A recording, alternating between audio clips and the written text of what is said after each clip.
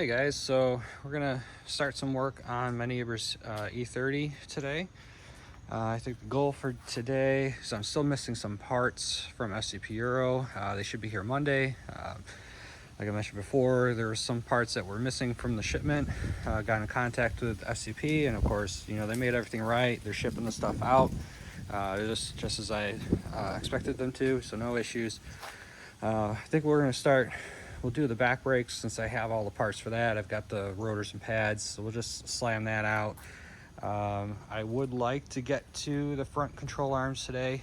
Not 100% sure if I will, but I think where we're gonna start on this is that thermostat valve, and just to make sure that the rest of the cooling system is holding pressure and it's running just fine, because that thing's leaking pretty bad. I don't have the water pump, a couple other minor hoses, and the heater core yet, so I'm not going to totally get the cooling system done, but we'll get that thermostat put in. We'll run the flush through it, make sure that everything is good that way. But I also want to give you a quick little update on the parts scar over here. So I was working yesterday to get some pieces off of it that I need for my build, and for some other people that needed some stuff, and found some surprises, and pulled out the back seat and the pad, and yeah, those are all ants. This car is pretty infested, so we went ahead and we ran 2 cans of Raid, because you know, we're so nice, we'll raid it twice. But it seems to take care of the problem. You know, generally I don't like doing something so invasive. You know, I try to let nature do nature's thing, but this was, when they get into your personal property, it makes for a bad day. So we're gonna get this cleaned up real quick and just finish straightening this up. I've got pretty much everything out of here that I want to get out. So you can see we got tons of stuff disconnected up here. I gotta finish pulling the seats out, but for now this makes a good storage area for them. They're out of the way. The garage is getting pretty full. So I will just do this real quick, then we'll get back to the 325i and get that thermostat replaced, fill up the cooling system, make sure she holds some pressure, and maybe we'll even just take it for a quick drive. I would like to kind of see how this thing does do on the road. I suspect that the front end is going to be pretty loose, because the ball joints are just shot. They've got a ton of play, and when I get it up in the air, we get ready to do that, I'll show you that as well. So let me break out the vacuum. I got to pull another part off the parts car too, for someone that was looking for some stuff, and then we'll get into this car. So I'll bring you back when we're there. All right guys, I got that valve off. It's connected to that rubber hose that you see right here, and then at the back of the head, which I don't know if I can get a good angle for you to see, but you can see the top of the transmission is all rust colored. That's actually from the coolant that's been leaking out. You can see here in the hose. So once I get this new valve put in, I'm going to go ahead and run a coolant flush through it. Well, first I'm going to pressurize it, make sure that, you know, it's going to not leak, but I'm fairly confident that is the issue. I got my little table set up over here, and you can see, if it'll focus, yeah, see there's a hole right in the bottom of it.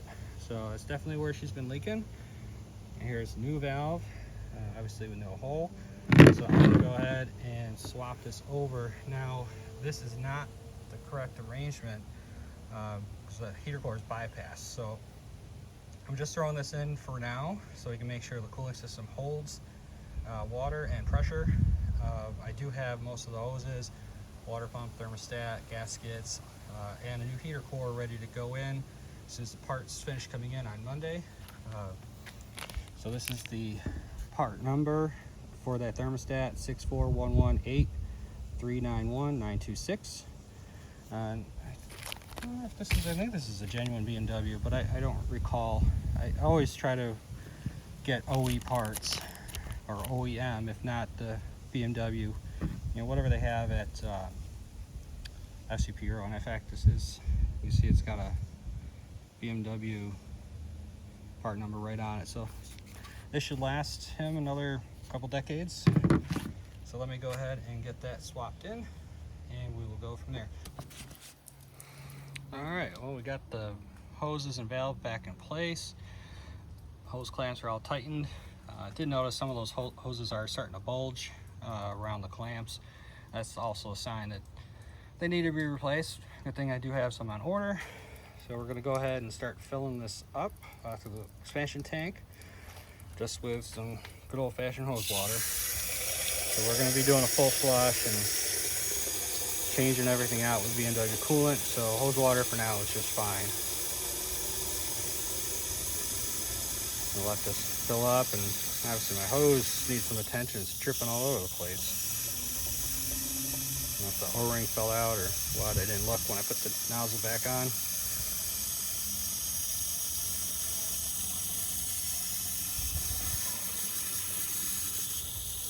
One of these days I'll get one of those vacuum fillers. Be kind of nice, or at least a bucket with a stop. You just fill it up and pull the plunger out. But for now, let me just do it the old-fashioned way.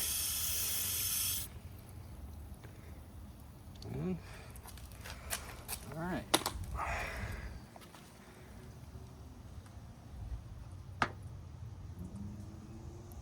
Well, I think I'm actually still hearing something drip.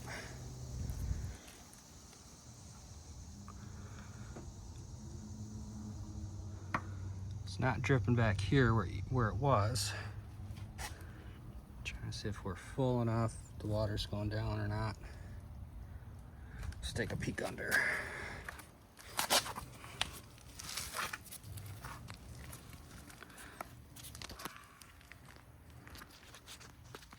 It might just be the water reacting to the concrete. No, it just looks like a drip from me filling it, I think. We're running out of the hose. It's dripping off that splash pan. Probably just running down this fender well. And I'm not seeing any drips, so I think I'm gonna put the flush kit in there, top it off a little bit, and we'll get it running, make sure she builds pressure, gets to operating temp, doesn't overheat, and we'll take it for a quick little drive around the corner. So I'll bring you back here in a few. All right, so this is what I'm using for the flush, some Blue Devil radiator flush. It's all they had at AutoZone. Usually I get the Prestone, but I figured I'd try this one out, especially since it's the only one that they have. Directions basically say just drain the old stuff out, fill it with coolant, put the flush in, let it run for 10 minutes with heat on. That really won't do us much good since we don't have a heater. The heater core is bypassed. So we'll just get it to temp, let it run for a bit. This does actually say that you can run it for several hours or several days. It's not going to hurt anything. So I'll probably let this run. We'll take it for a drive and work on something else. And then when this cools down, we'll drain it out and flush it out. I did let some coolant out, and it's just nasty and gross.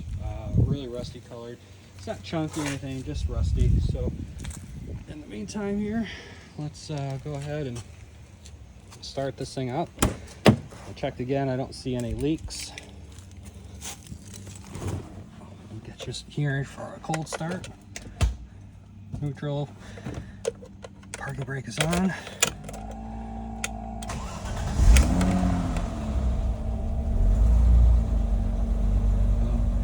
We will just let her kind of sit here and idle for a bit.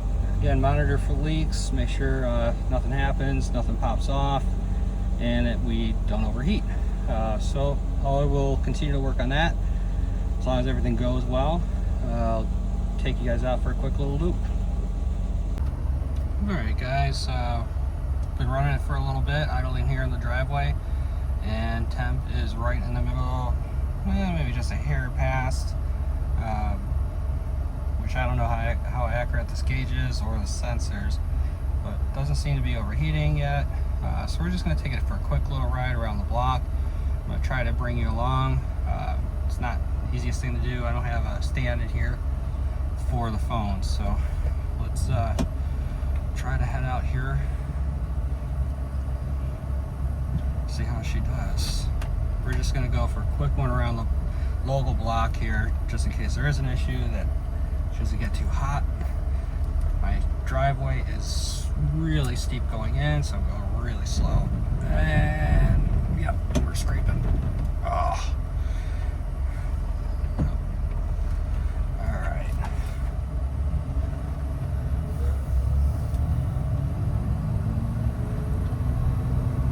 Wow, the steering wheel's way off.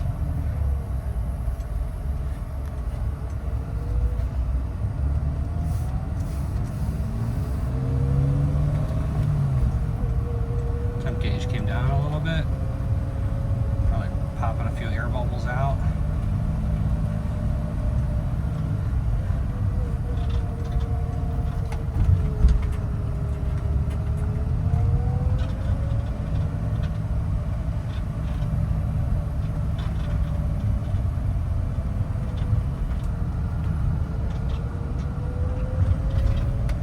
The AC on, it engaged, but there's not a whole lot of cool coming out.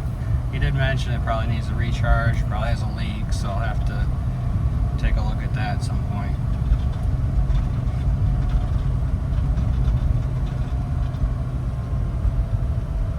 Don't see any smoke out the tailpipe, so that's good.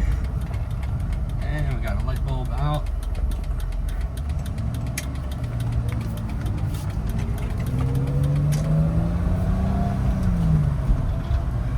Clutch is so much lighter than my 330. Temp gauge still looking pretty good. Go down here, there's a school that I can go turn around and go back to the neighborhood.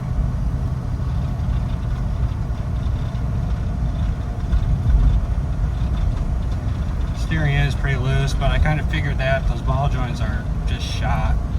I don't think the tie rods are too bad, but ball joints definitely were. Alright, we're in a BMW, we're not going to signal. Turn into the school here. Wish there was a good angle that you guys could kind of see the road a little bit and be driving.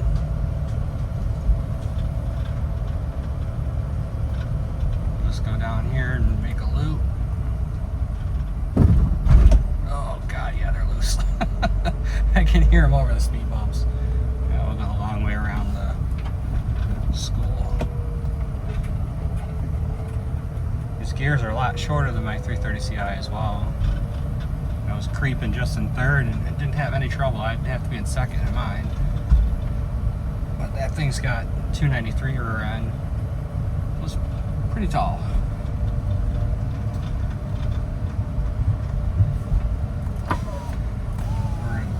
Window down, I'm burning up.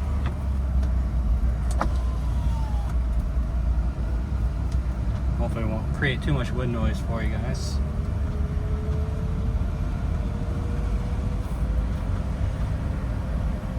It's so much quieter than my car too. It kind of is crazy that my 330 Ci just has catless headers and stock exhaust, but it's a lot louder than this. I think it's just more boomy really than volume. This has got more of that high-pitched Euro sound. A little granny roll. Oh yeah, you hear the tires rubbing in the back. He mentioned that when he gets the kids in the back, rear tires rub. Springs are probably shot.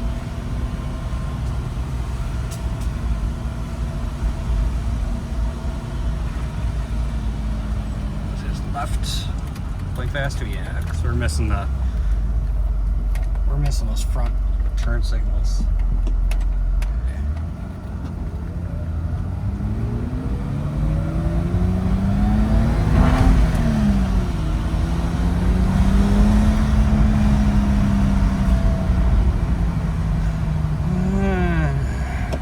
Got behind somebody doing 22 and a 35, so that's nice. Come on, it's 35 now.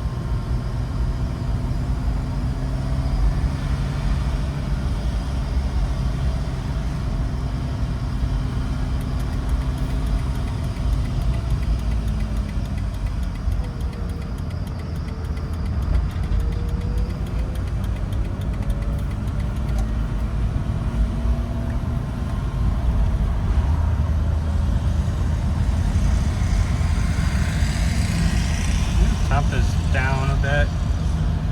Should be higher than that. I wonder if that thermostat is bad.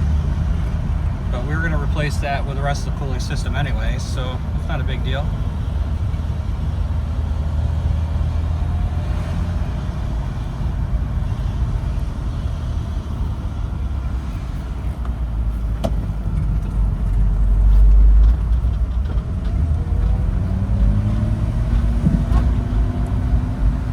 And don't pick on me for that gear change.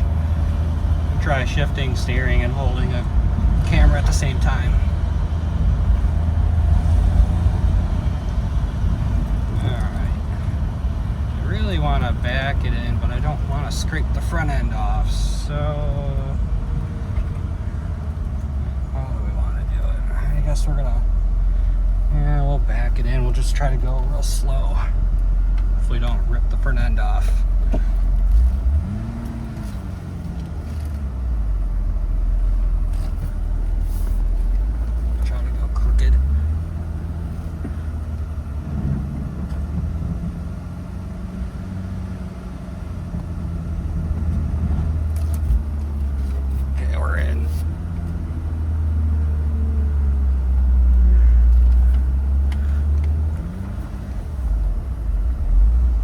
That was a lot of clutch, I'm sorry. Just trying to ease her in without pulling that front end off.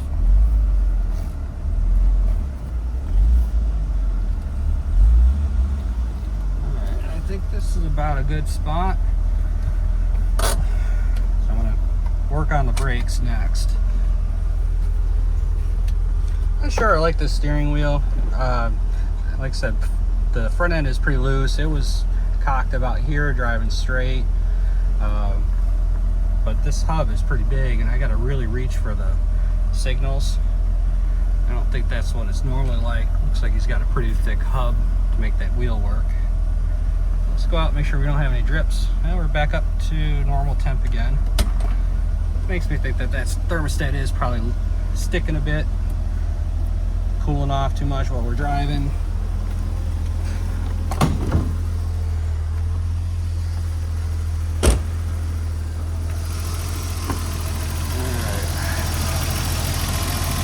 This area is still nice and dry over here. Sounding really good. I'm not going to pull that cap. You never pull these off when it's hot. You can definitely feel temp in that hose. The thermostat should be open. Yeah, they're both hot. The thermostat's going good. I don't see any drips or anything running on the ground. This is just water from me spraying down before. So I think that's all done. I think I'm going to move on and do the rear brakes. We'll chalk up the front and so we don't roll away down the driveway, and then get to do the back brakes. And then when we're done with that, we'll come back and they say you can leave this flush in there for a bit, but I think I'm going to let it run out. We'll just flush it real good because there's a lot of brown crap in there. So we'll give it a good flush, fill it back up with water, and should be good to go until we get the rest of the cooling system parts. So I'll bring you back once we get doing the brakes. All right, guys, I'm back. For those of you that were paying attention, I did say that I was going to work on the rear brakes, and I guess technically I did. I've got the right rear all pulled apart. And yeah, the box of pads that I had, I thought they were rear pads, and they're actually front. So now we're working on the front, but it's going to kind of work out because I want it up in the air to get to the drain cock on the radiator, flush that out, drain it, and flush some fresh water through it. So I do have the driver front all set to go. Wasn't too bad of a job. I'll show you here in a second. The old ones were pretty bad. So these are just Zimmerman blanks. After I ordered them, my neighbor's like, oh, I kind of wanted drilled and slotted. I mean, they're fine. He just wanted them for looks. But these will work really well, and TRW pads that I got for it. Here is the old stuff. You can see the pads are pretty much gone. It's just starting to hit the wear sensor. I actually wore into the wear sensor a bit. There's some pretty good grooves on here. I know you're probably not going to see that, but it's real wavy. New one's obviously nice and fresh, nice big thick meaty pads. It was kind of cool that the TRW kit came with new hardware and boots, although I will say that the boots, they suck. They are a pain to get on, both the caliper bracket and onto the bolt, the slide basically that the other end goes onto. I ended up just reusing the old ones because I kept messing about and wasn't really getting anywhere with these ones. The old ones are in good shape. I just thought it would be kind of nice to put these on, but I'll hang on to them in case we need them down the road. It was nice to have new hardware with fresh Loctite on it. Like I said, these are just Zimmerman blanks from FCP Euro. You can see the part number there if you need them. And the TRW kit, I'm not sure if they got a part number on these or not. I'm not seeing one. But oh, here we go. There's a part number in case you need them for the front. It's pretty straightforward to get these done. I was gonna try to film it, but you're just gonna kind of see my backside the whole time. So you just have 13s up here. You got to hold this with a 16 mil, or yeah, 16 mil. Caliper pops off. 19s to get the bracket off. Hubbard rotor retaining bolt, take that off. So he's got spacers, so you'll need to take those off. Typically these have lug studs, but he's changed to wheel studs, probably because the spacers need a little bit more depth. So we'll get over to the other side, get that one pounded out, and then we should be good to go. The one that I worked on in the back, I did end up putting the new rotor on, threw the old pads on just so there's something there, and we'll pad slap it and finish up the other side when the parts come in on Monday or possibly Tuesday, depending on time frame. So let me get back at it. I'll get the other side on, and then we should be ready to flush the rest of the coolant out. All right, so we'll give this a try, videotaping the actual process anyway. So the first thing we need to take off, there's a rotor retaining nut right here, or screw. It's an H5. Basically what I always do is anytime I have an Allen or a Torx, you want to give it a couple little love taps. Just kind of helps seat the bit, and that way you don't round it out. And to help hold the rotor, you can just throw a screwdriver in one of the vanes against the bracket, and you just give it a couple little pulls. It should come right off. Give that off. And just keep it aside so you don't lose it. And we're going to go ahead and take the caliper bracket off, or the caliper itself off, and then the bracket. So this style here, you've got the hex bolt here, but you also have to hold it here on the slide itself. Now when these things are tight, a standard wrench doesn't fit in there. You I can get in there now because I already did break it loose. But again, you just take a hammer, kind of tap that in there. It'll get it to hold. Then we can pull this out. Sorry guys, I like doing things by hand. I do have some air tools that I hardly ever use. I do have an impact gun that I'll try to use here in a minute if there's room.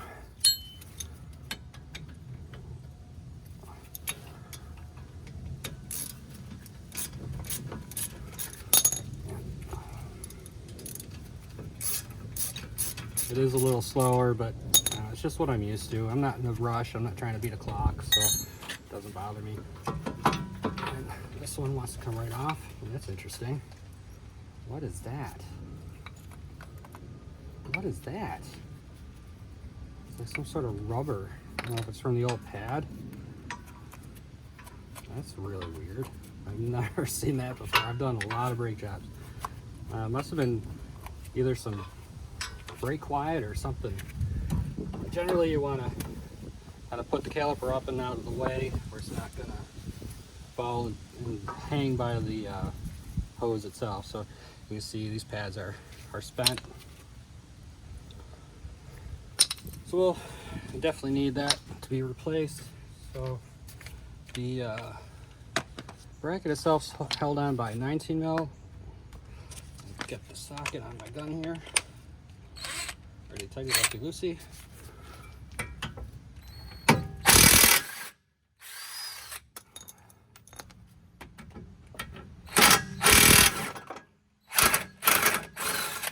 And that's why you bungee it up. I did it on the other side too. But one fall or two aren't going to hurt anything. All right, so we got that off. Turn it back this way. Now this rotor's kind of on there. It's been there a while. So I'm just going to give it a couple love taps. Apologize for the sound. I usually try to go around the hub area, then I just hit the rotor from the backside. And we're not trying to save these, so we don't really care if we mess them up.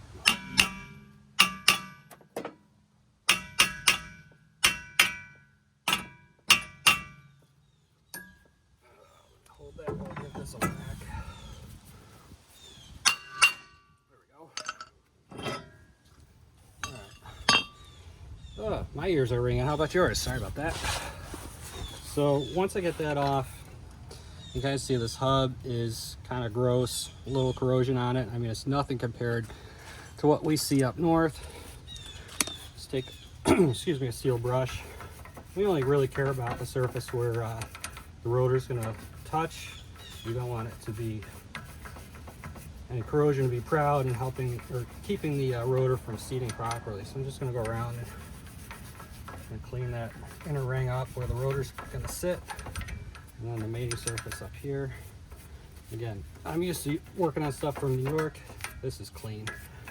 You can see a little bit of corrosion on the studs themselves. They got some sort of coating on it. I'm just going to again hit it with a big wire brush, get some of the junk off it. It doesn't have to be perfect because most of that isn't even going to touch the lug nuts.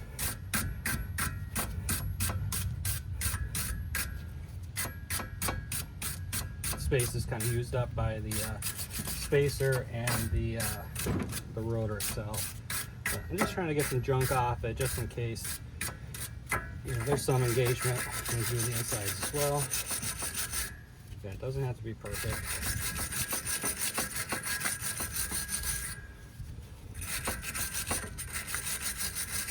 Just trying to keep stuff from getting caught up in the threads, causing a cross thread or anything like that.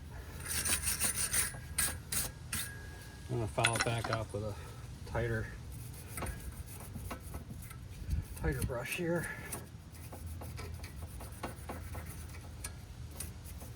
Like getting most of it off.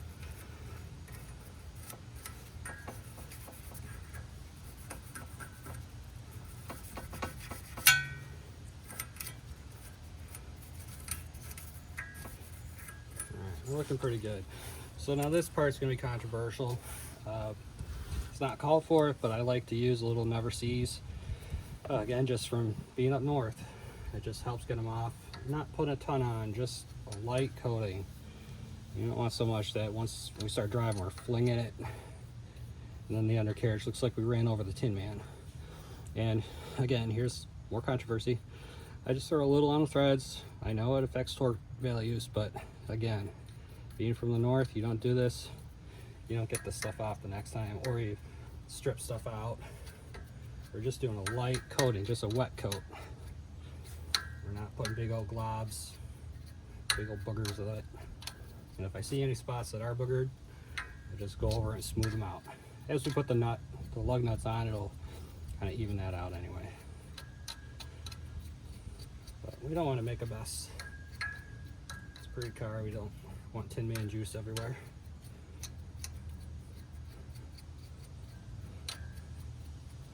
All right, and now we are ready for reinstallation, or at least to start it. I'm gonna go grab a rotor and the pads.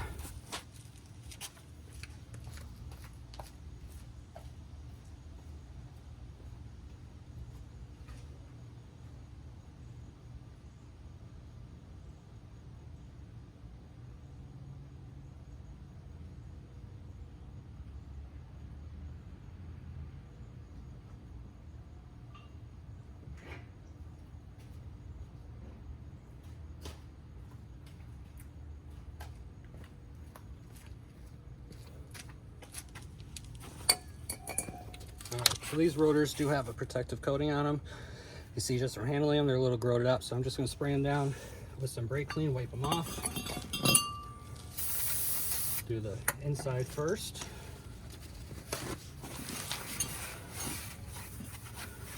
Just basically don't want to have a bunch of grease. A little dirt's not going to hurt, it'll burn off. But we don't want a bunch of grease. Then we want to make sure we line up our retaining hole with a spot on the hub so we can put that back in.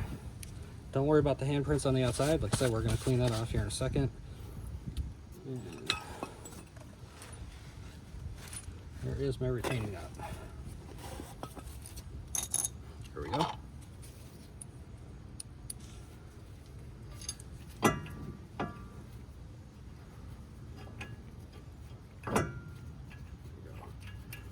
That'll hold the rotor on nice for us. It's not all flopping around.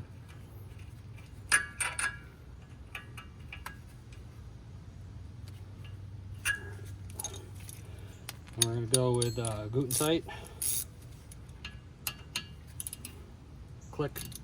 Alright, that is set to go. So now we're going to clean off the front side of the rotor. So spray it, wipe it off. Hopefully find a clean spot of the rag that we're using. Again, a little bit of dirt don't hurt. You just don't want big old globs of grease. Alright. Next step is going to be our caliper bracket. You see that these areas here where the pad rides, I'm just going to clean that up with a wire brush. And it's so nice working on something from the south because that's about all it takes. The stuff from up north, it's just nasty.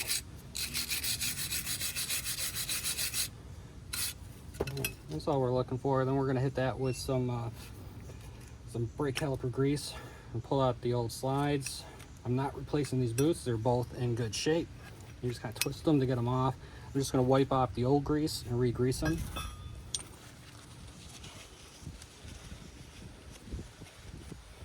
I try to put them back in the same bore as well. Sometimes there is a certain direction that they're supposed to go, but these are the same both top and bottom. I just try to put them back in the same spot so they got the same kind of wear characteristics. That one's in.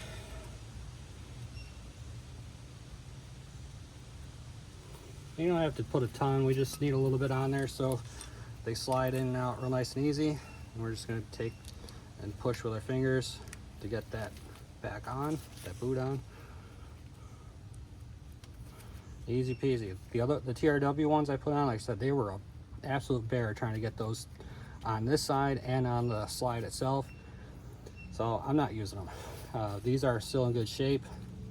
So they probably have been replaced once before. Then the slide surface with the caliper rides, or I'm sorry, the brake pad rides, we're just going to go ahead and hit a little. I like to go from the inside out. That way when we put them on, we don't have big goobers hanging off and getting all over the rotor. Probably going to get a little on there anyway, but this just helps keep a little bit of it off.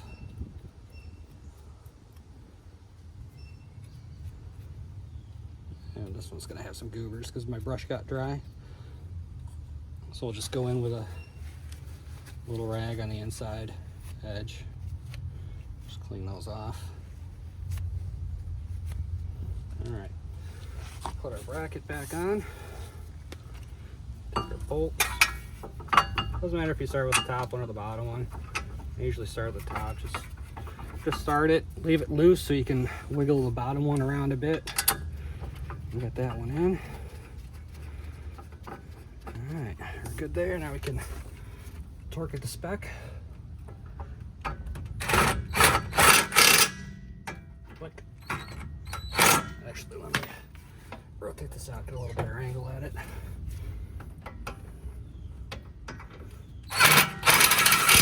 Click. Alright, good and tight.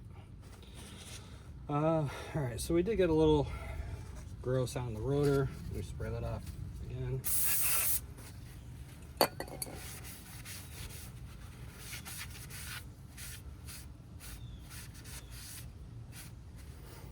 And on the inside as well. All right, I'm gonna grab our new pads.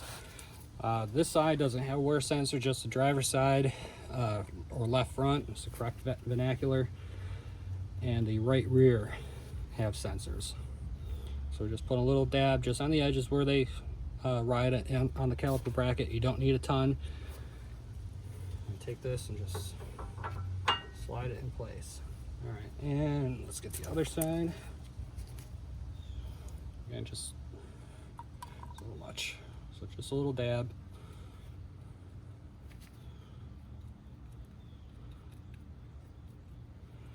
It just helps keep the pads from freezing or getting rusted to the bracket itself. You know, like I said, up here or down here in the south, not such a concern, but back home, it happens a lot. Generally recommend up there to do a caliper service once a year or so. Clean up any corrosion, usually after the winter. Now we got to compress our piston for the caliper. So I just have a universal kit. It's a Pittsburgh kit from Harbor Freight. So it's just got a bracket that sits against these ears on the caliper and a cylinder to kind of go against the piston on the caliper here. You just hold it by hand until you start feeling some engagement. And we want to just go slow. We want nice even pressure. You don't want to go too fast. You want to keep an eye on that boot on the piston. Make sure it's not getting caught. And this one is going in pretty smooth. If you're having a really hard time turning these in, you probably have a stuck caliper. You also want to kind of keep an eye on the brake reservoir, because as you drive, these pistons come out, the brake fluid level will go down on the reservoir, and if someone tops it up in between brake service, as you push these pistons back in, fluid being non-compressible, it's got to go somewhere, and usually out the fill cap of the reservoir is where it's going to go. So just keep an eye on it. Again, we're just going slow, keeping an eye on the seal itself. And now we've bottomed out. Back it off. We're good to go. So now we can put the caliper back on. So I don't know if you can see the hose itself, but you see there's a loop in it. You want to make sure that when you put this back on, you don't then kink it again. You want that hose nice and relaxed.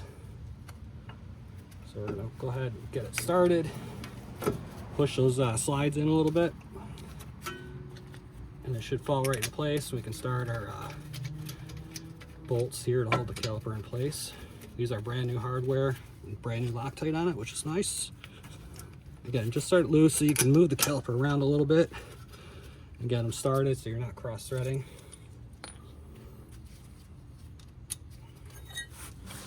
And we're going to go ahead and start tightening these down. Take our 16 on the inside. You got it righty tighty, yep. And as you get close, you're going to have to pull that box wrench back out, or at least I will, because this one's too fat, kind of like me. Just get it to where you start feeling it behind, then you want to pull it out. And I've had some good luck with these needle nose, just getting in there and holding it. And of course now it's going to make a liar out of me. Maybe we're just getting tired.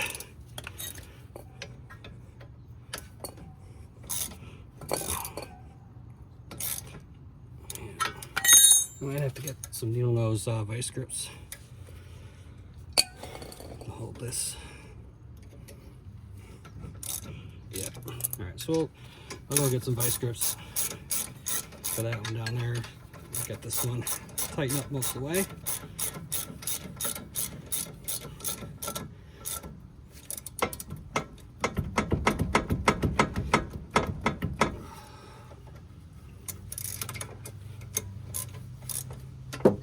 Alright, we'll be back to the vice grips and we'll finish this side up.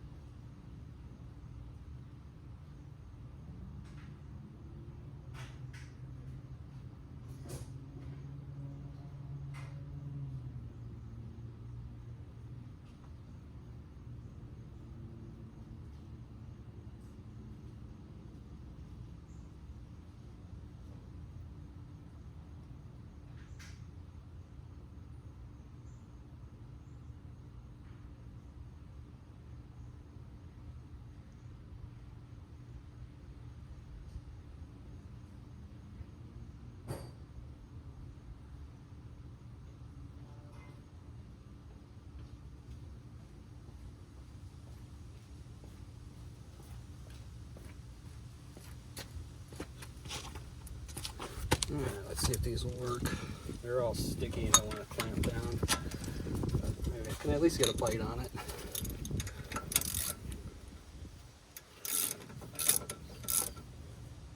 There we go. Click. The same on the bottom.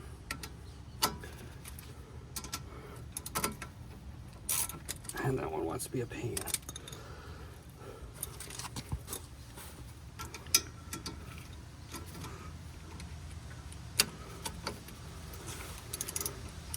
There we go. Now we're tight. Click. Alright, go ahead, straighten this back out. Make it a little easier. Get one final wipe down on the rotor.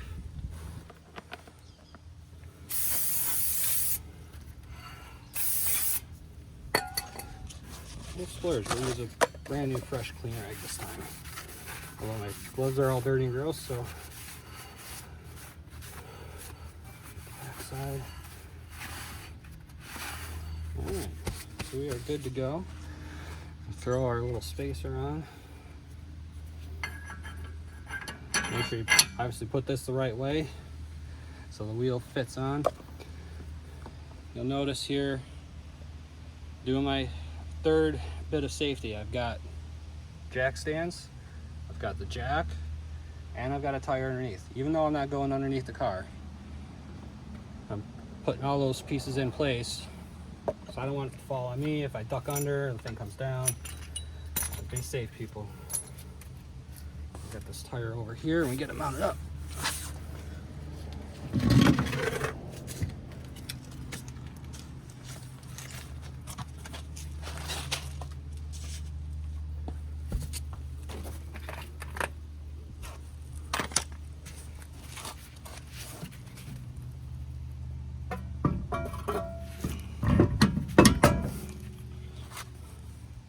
I'm going to zip these on real quick. I'm not worried about torquing them because I still have to do those lower control arms. That is not going to happen today. I'm pretty beat already. So we're just going to snug them up. Like I said, normally I would torque these. I'll go back and check the torque of the other bolts for the brakes too when I got everything off for the control arms.